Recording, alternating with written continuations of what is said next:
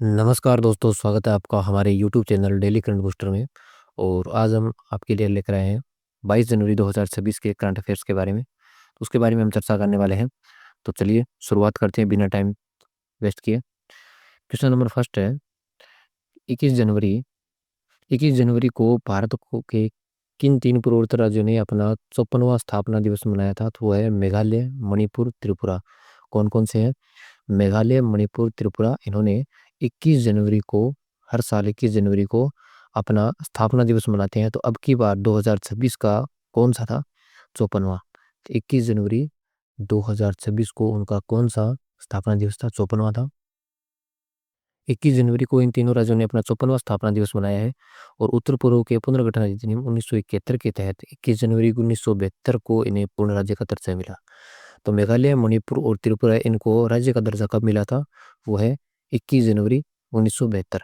और कौन से अधिनियम के तहत मिला था? तो वह है उत्तर पूर्वी क्षेत्र पुनर्गठन अधिनियम 1971 के तहत इन्हें राज्य का दर्जा मिला था। चलिए नेक्स्ट क्वेश्चन है कि पूर्वोत्तर के राज्यों से संबंधित हालिया उत्सवों और भौगोलिक तथ्यों का सही मिलान क्या है? तो वो है एक ये कि मणिपुर है, मणिपुर के अंदर संगाई फेस्टिवल होता है। मेघालय शिलोंग के अंदर होता है चेरी ब्लॉसम फेस्टिवल। और त्रिपुरा में तीनों ओर से बांग्लादेश से घिरा हुआ है, इसलिए इसे त्रिपुरा भी बोला जाता है। मणिपुर में हाल ही में संगाई फेस्टिवल आयोजित किया गया था, हाल ही की बात हो रही है। और मेघालय की राजधानी शिलोंग में चेरी ब्लॉसम फेस्टिवल प्रसिद्ध है। और त्रिपुरा भौगोलिक रूप से तीन तरफ से बांग्लादेश से घिरा हुआ राज्य है, इसलिए उसका नाम भी त्रिपुरा रखा गया है, इसी कारण से है। चलिए नेक्स्ट क्वेश्चन आता है कि राजा रानी संगीत महोत्सव का आयोजन कहाँ किया गया था? ये भुवनेश्वर उड़ीसा में किया गया था। यह प्रसिद्ध शास्त्रीय गीत महोत्सव उड़ीसा की राजधानी भुवनेश्वर में किया गया था। यह वहाँ के राजा रानी मंदिर की पृष्ठभूमि में होता है। ये एक तो कौन सा है? शास्त्रीय शास्त्रीय गीत है। और कौन सा है? राजा रानी गीत संगीत महोत्सव है, जो कि शास्त्रीय है, शास्त्रीय संगीत महोत्सव है। और भुवनेश्वर उड़ीसा में किया गया था वर्तमान में। और कहाँ पर? ये राजा रानी मंदिर की पृष्ठभूमि में होता है। अगला नेक्स्ट क्वेश्चन आता है, दूसरा ग्लोबल बौद्ध शिखर सम्मेलन कहाँ आयोजित किया गया था? जो कि नई दिल्ली में। भारत सरकार द्वारा बौद्ध दर्शन और कूटनीति को बढ़ावा देने के लिए दूसरे वैश्विक बौद्ध शिखर सम्मेलन की मेजबानी नई दिल्ली में की गई। अगला क्वेश्चन आता है, राष्ट्रीय बालिका दिवस 24 जनवरी को मनाने का पीछे एक महत्वपूर्ण या ऐतिहासिक कारण क्या है? तो है कि 24 जनवरी है, 24 जनवरी 1966 को इंदिरा गांधी ने पहली प्रधानमंत्री के रूप में शपथ ली थी। इसी कारण से 24 जनवरी को राष्ट्रीय बालिका दिवस मनाया जाता है। नारी शक्ति के सम्मान में महिला व बाल विकास मंत्रालय ने 2008 में इस दिवस की शुरुआत की थी। और यह दिन इंदिरा गांधी के प्रधानमंत्री पद की शपथ लेने के याद में चुना गया है। और वहाँ बात करें हम कि अंतर्राष्ट्रीय बालिका दिवस कब मनाया जाता है, तो वह है 11 अक्टूबर को। राष्ट्रीय बालिका दिवस 24 जनवरी और अंतर्राष्ट्रीय बालिका दिवस 11 अक्टूबर। अगला नेक्स्ट क्वेश्चन है, वर्ष 2026 में राष्ट्रीय बालिका दिवस की संभावित थीम या फोकस क्षेत्र क्या बताया गया है? वह है भविष्य की बेटियां, डिजिटल और सशक्त। वर्ष 2026 में राष्ट्रीय जो बालिका दिवस है, उसकी थीम है वो क्या है? वो है भविष्य की बेटियां या डिजिटल सशक्त। इस वर्ष का मुख्य फोकस बेटियों को डिजिटल रूप से साक्षर और सशक्त बनाने पर है। इसका उद्देश्य समाज में बेटियों के प्रति जागरूकता फैलाना। अगला नेक्स्ट क्वेश्चन आता है कि जनवरी माह के महत्वपूर्ण दिवसों के बारे में सही सही दिनांक क्या है? जैसे स्टार्टअप डे कब जाता है, ब्रेल डे, आर्मी डे। तो इस हिसाब से है कि 4 जनवरी को ब्रेल दिवस मनाया जाता है, 15 जनवरी को सेना दिवस, 16 जनवरी को नेशनल स्टार्टअप डे बनाया जाता है। तो वही हम बात करें कि 4 जनवरी को तो हो गया हमारा वर्ल्ड ब्रेल डे। अगला आता है 10 जनवरी को विश्व हिंदी दिवस है, 12 जनवरी को राष्ट्रीय युवा दिवस है, 14 जनवरी को है वयोवृद्ध दिवस, और 16 जनवरी को है नेशनल स्टार्टअप डेज। अगला नेक्स्ट क्वेश्चन आता है, रिस्पॉन्सिबल नेशंस इंडेक्स 2026 में भारत को कौन सा स्थान प्राप्त हुआ है और यह सूचकांक किस संस्था द्वारा जारी किया जाता है? तो रिस्पॉन्सिबल नेशन इंडेक्स 2026 में भारत को 16वां स्थान प्राप्त हुआ है। और यह संस्था है इंटेलेक्चुअल वर्ल्ड इंटेलेक्चुअल फाउंडेशन है। तो वर्ल्ड इंटेलेक्चुअल फाउंडेशन द्वारा 154 देशों की सूची में भारत को 16वां स्थान मिला। और यह इंडेक्स मापता है कि देश की अपनी शक्ति का उपयोग नागरिकों और पर्यावरण के प्रति कितनी जिम्मेदारी से करता है। तो कुल देशों की बात करें तो इसमें शामिल कुल देश थे वो थे 154 और उसमें से भारत को कौन सा स्थान मिला है? 16वां स्थान मिला है। अगला नेक्स्ट क्वेश्चन आता है, रिस्पॉन्सिबल नेशन इंडेक्स 2026 में शीर्ष 5 देश कौन से थे? जहां भारत को कौन सा मिला है? 16 नंबर का स्थान मिला है। वहाँ 5 देश शीर्ष में कौन थे? तो वो पहला था सिंगापुर, दूसरा है स्विट्जरलैंड, तीसरा डेनमार्क, चौथा है साइप्रस और पांचवा है स्वीडन। सिंगापुर उस सूचकांक में शीर्ष स्थान पर है। सिंगापुर एशिया का पहला देश है। इसने 4 डे वर्क वीक यानी 4 सप्ताह में 4 दिन काम लागू किया है। और डेनमार्क है वो भ्रष्टाचार सूचकांक ताड़ना में शीर्ष स्थान पर है। यानी भ्रष्टाचार को जो मामला है उसमें सबसे कम भ्रष्टाचार होने का कारण कहाँ होता है? डेनमार्क में होता है, क्योंकि ये शीर्ष स्थान पर है। अगला नेक्स्ट क्वेश्चन आता है, एशिया मैन्युफैक्चरिंग इंडेक्स 2026 में भारत की रैंकिंग और शीर्ष देश कौन से हैं? तो एशिया मैन्युफैक्चरिंग इंडेक्स 2026 में भारत है वो 6 स्थान पर है। कौन से स्थान पर है? 6ठे स्थान पर है। और शीर्ष स्थान कौन सा है? वो है चीन। पहला देश चीन है। 11 एशियाई देशों के बीच जारी इस मैन्युफैक्चरिंग इंडेक्स में चीन पहले स्थान पर, मलेशिया दूसरा और वियतनाम वो तीसरे स्थान पर है। और वहीं भारत है वो 6ठे स्थान पर है। और ये रिपोर्ट भारत को विनिर्माण सुधार तेज करने की सलाह भी दी गई है। तो भारत कौन से स्थान पर है? 6 नंबर पर। फर्स्ट कौन आता है? चाइना आता है। कौन सी इंडेक्स है? एशिया मैन्युफैक्चरिंग इंडेक्स 2026 की बात हो रही है। अगला नेक्स्ट क्वेश्चन आता है, हालिया जारी अन्य प्रमुख सूचकांकों में भारत की स्थिति क्या है? तो जैसे हेनले रिपोर्ट में भारत का 80 नंबर का स्थान है। ग्लोबल इनोवेशन में 38वां स्थान है। हंगर इंडेक्स में 102 नंबर का स्थान है। एशिया पावर इंडेक्स में भारत थर्ड स्थान पर है। यूएसए वो शीर्ष पर है।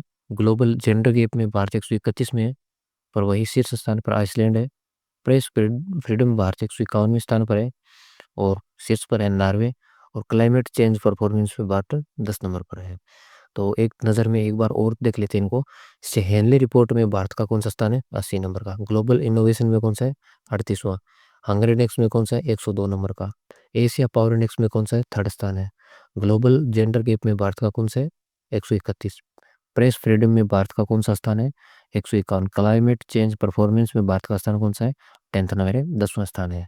अगला नेक्स्ट क्वेश्चन आता है कि अंतर्राष्ट्रीय मुद्रा कोष आईएमएफ ने वित्तीय वर्ष या वित्त वर्ष 2025-26 के लिए भारत की जीडीपी विकास दर का अनुमान बढ़ाकर कितना कर दिया है? तो 7.3% कर दिया, जो कि पहले 6.6% ही था। और ये किसने किया है? अंतर्राष्ट्रीय मुद्रा कोष आईएमएफ ने किया है। और ये अनुमान ही है, ये वास्तविक नहीं है, ये अनुमान है। आईएमएफ ने वर्ल्ड इकोनॉमिक आउटलुक में भारत की वृद्धि दर का अनुमान 6.6 से बढ़ाकर 7.3 कर दिया है। और तुलनात्मक रूप से विश्व बैंक ने 7.2 का अनुमान लगाया था। तो वही हम बात करें कि विश्व बैंक ने ये कितना अनुमान लगाया था? वो है 7.2। कितना लगाया था? 7.2। और वहाँ अंतर्राष्ट्रीय मुद्रा कोष है उसने पहले 6.6 था और अब कितना कर दिया है? 7.3 का अनुमान। अगला नेक्स्ट क्वेश्चन आता है कि भारत और संयुक्त अरब अमीरात यूएई ने किस वर्ष एक द्विपक्षीय व्यापार को 200 अरब डॉलर तक पहुंचाने का लक्ष्य है? तो वो है 2032 तक। 2032 तक द्विपक्षीय व्यापार को 200 अरब डॉलर तक पहुंचाने का लक्ष्य किया है। और कौन कौन से देश है? भारत और संयुक्त अरब अमीरात यूएई ने। अगला नेक्स्ट क्वेश्चन आता है कि नासा की किस भारतीय मूल की अंतरिक्ष यात्री जो 27 वर्षों की सेवा के बाद सेवानिवृत्ति की घोषणा की है? तो नासा की एक अंतरिक्ष यात्री है जो भारतीय मूल की है। 27 वर्षों ने उसने सेवा की है, यानी अपना जॉब किया है। और अब सेवानिवृत्ति की घोषणा की हुआ है सुनीता विलियम्स, जो कि भारतीय मूल की है। ये भारतीय मूल की है, पिता गुजराती है और माता स्लोवेनियाई है। सुनीता विलियम नासा से रिटायर हो रही है। उन्होंने इंटरनेशनल स्पेस स्टेशन आईएसएस पर 600 से अधिक दिन बिताए हैं। और हाल ही में उन्हें वापस लाने के लिए क्रू 9 मिशन चर्चा में भी रहा था। अगला नेक्स्ट क्वेश्चन आता है, नासा द्वारा हाल ही में खोजी गई यूरेनस के 29वें उपग्रह का नाम क्या है? तो वो है S25U1। S25U1 नासा ने यूरेनस ग्रह के एक नए चंद्रमा या उपग्रह की खोज की है, जिसे S25U1 नाम दिया है। और नासा का जो मुख्यालय है वो वाशिंगटन में है, वाशिंगटन डीसी में। और इसकी स्थापना 1958 में हुई थी नासा की। अगला नेक्स्ट क्वेश्चन आता है कि बिरसा 1001 जो हाल ही में खबरों में था, क्या है और इसका संबंध किस बीमारी से है? तो ये gene therapy sickle cell anaemia, ये एक प्रकार का रोग है। बिरसा 1001 एक है gene therapy sickle cell anaemia. ये एक आधुनिक मेडिकल तकनीक है, जो कि जीन एडिटिंग पर आधारित है। इसका उपयोग स्किल सेल एनीमिया जैसी आनुवंशिक बीमारियों को ठीक करने के लिए किया जाता है और भारत ने 2047 तक इस बीमारी को खत्म करने का लक्ष्य रखा है। तो बिरसा 1001 है, वो एक ऐसी तकनीक है जो gene therapy skill scale anaemia जो रोग है उसको खत्म करने के लिए काम में आती है और 2047 तक भारत इस बीमारी को खत्म करने का लक्ष्य ले रखा है। अगला नेक्स्ट क्वेश्चन आता है, आंध्र प्रदेश सरकार ने किस द्वीप पर सैटेलाइट लॉन्चिंग सुविधा विकसित करने की घोषणा की है? तो वह hope island Kakinada. Hope island Kakinada में आंध्र प्रदेश सरकार ने सैटेलाइट लॉन्चिंग की सुविधा विकसित करने की घोषणा की है। आंध्र प्रदेश के सीएम है वो चंद्रबाबू नायडू ने काकीनाडा खाड़ी में स्थित होप आइलैंड पर सैटेलाइट लॉन्च पैड बनाने की घोषणा की है और यह सतीश धवन अंतरिक्ष केंद्र श्रीहरिकोटा से 600 किलोमीटर दूर भी है। अगला नेक्स्ट क्वेश्चन आता है, अजंता एलोरा फिल्म फेस्टिवल 2026 में पद्म पाने लाइफ टाइम अचीवमेंट अवार्ड किसे दिया गया? तो वह संगीतकार इलियाराजा को। इसको दिया गया है संगीतकार इलियाराजा को। कौन सा वो अवार्ड है? वो है पद्म पानी लाइफ टाइम अचीवमेंट अवार्ड है। कब दिया गया था? अजंता एलोरा फिल्म फेस्टिवल 2026 में दिया गया था। ये फिल्म फेस्टिवल हुआ था। प्रसिद्ध संगीतकार इलियाराजा को सिनेमा और संगीत में उनके योगदान के लिए प्रतिष्ठित पुरस्कार से सम्मानित किया गया है। अगला नेक्स्ट क्वेश्चन आता है कि बिहार में हाल ही में किस धार्मिक संरचना की स्थापना को लेकर चर्चा हो रही है? तो वह दुनिया का सबसे बड़ा शिवलिंग जो कि बिहार में स्थापित किया जा रहा है। बिहार में दुनिया का सबसे बड़ा शिवलिंग स्थापित करने का कार्य किया गया जो कि पर्यटन और धार्मिक दृष्टि से उपयुक्त है। तो शिवलिंग की लंबाई कितनी है वो आप कमेंट बॉक्स में बताएं।